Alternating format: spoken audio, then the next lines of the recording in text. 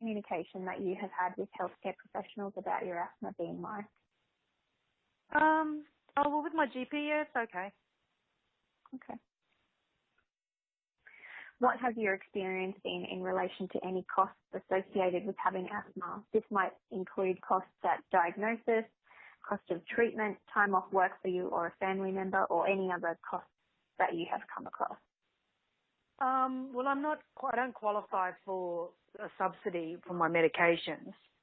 So, a few years ago when I was, I was studying, the serotype and that was quite, you'd have to space it out because you'd be thinking, oh, I'm not going to be able to afford the puffer. So you kind of just reduce how many puffs. You kind of up the Ventolin and decrease the serotype. And then the fact that I've got to now that Ventolin's over the counter, it's good. But every time my script runs out, I've got to go back for a, $70+ visit to the GP just to get my script refilled. Yeah. So I just kind of think, why can't they just measure my sort of lung capacity or whatever at the pharmacy and just give me my script? Yeah. Yeah. That's a fair question. So the next set of questions are about quality of life and whether asthma has affected your relationship. So how does asthma affect your quality of life and the quality of life of your family? I don't think it's really I don't know.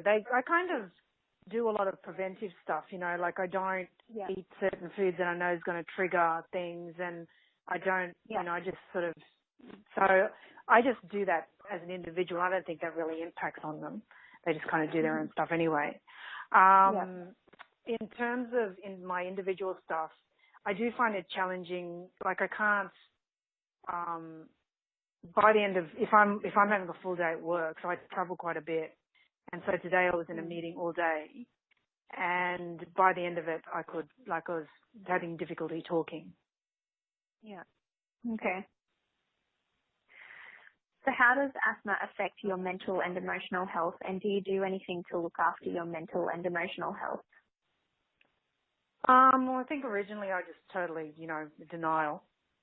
And then kind of went, okay, I've got asthma.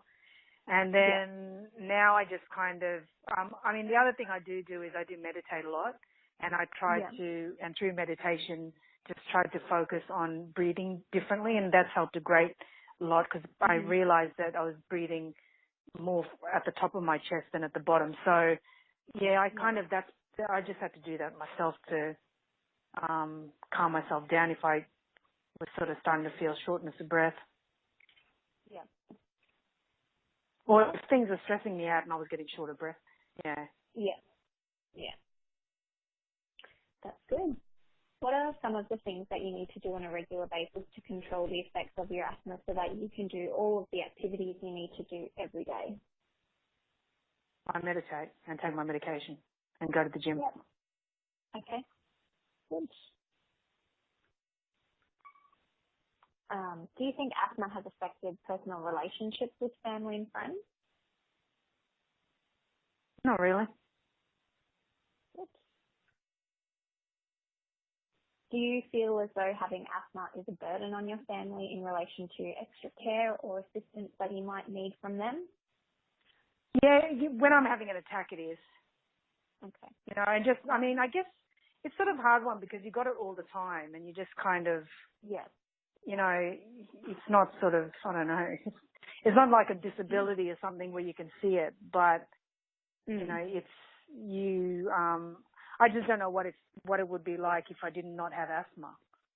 Yeah. So I think I do all the things that a person without asthma would do. Okay. So we have spoken a little bit about treatment, and now we will talk about support and care. So care might be in the form of friends, family, charities, patient groups, or healthcare workers. Can you describe the type of support and care that you have received since you were diagnosed with asthma? Probably just from my mum. We just talk backwards and forwards about asthma and when we're not feeling well. My GP. my partner. So when I've needed medication, I've been too sick to go